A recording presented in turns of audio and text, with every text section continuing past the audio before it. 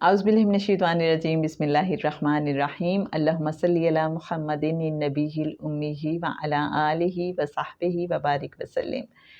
محترم خواتین و حضرات، عرض فقیر جناب سید سرفراز احمد شاہ صاحب کی جو میرے مرشد کامل ہیں، ان کی دل کی گہرائیوں سے نکلی روحانی گفتگو آپ کے ساتھ ہم شیئر کر رہے ہیں، اور ایک ایسا سوال اور ایک ایسی کیفیت جس میں سے مجھے لگتا ہے کہ آپ سب جو سن رہے ہیں شاید کبھی نہ کبھی گزرے ہوں گے اس کیفیت سے کہ رقت طاری ہو جاتی ہے۔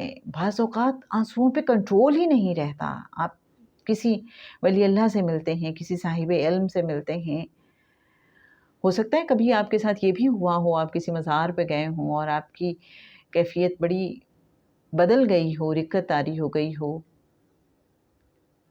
ہوتا کیا ہے، اگر آپ نے الکھ نگری پڑھی تو ممتاز مفتی مجھے یاد آ رہے ہیں کہ وہ کہتے تھے مجھ پہ رقت طاری کر دی گئی تھی، اور وہ ایک بڑا ڈیفرنٹ سا منظر تھا۔ خیر، آتے ہیں سوال کی طرف۔ عرض فقیر کا پیج 206، اور سوال ہے کہ بعض لوگ جب کسی ولی اللہ کی خدمت میں پہلی بار حاضر ہوتے ہیں تو ان میں سے چند ایک پر ایسی رقت طاری کر دی جاتی ہے کہ ان کا خود پر اختیار نہیں رہتا۔ کیا یہ قبولیت کی علامت ہے یا ٹریننگ کا آغاز؟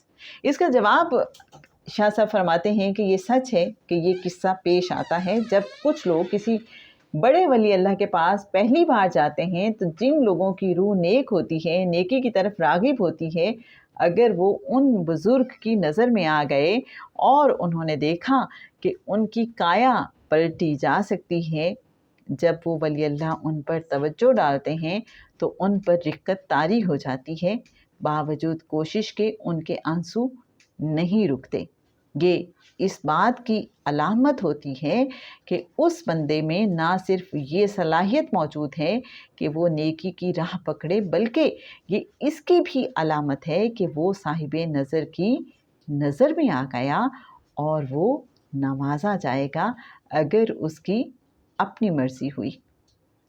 دیکھیے میرے اچھے سامعین، کتنی پتے کی بات ہے کہ یہ رقت طاری ہونا توجہ کی بات ہے، دل سے زنگ اتر رہا ہوتا ہے اور ایک لائف چینجنگ ایونٹ ہوتا ہے۔ ہمارے ساتھ رہیے، سنتے رہیے جناب سید سرفراز احمد شاہ صاحب کی دل کی گہرائیوں سے نکلی روحانی گفتگو۔ اللہم صلی علی محمد النبی الامی وعلی آلہ وصحبہ وبارک وسلم۔ السلام علیکم ورحمۃ اللہ وبرکاتہ۔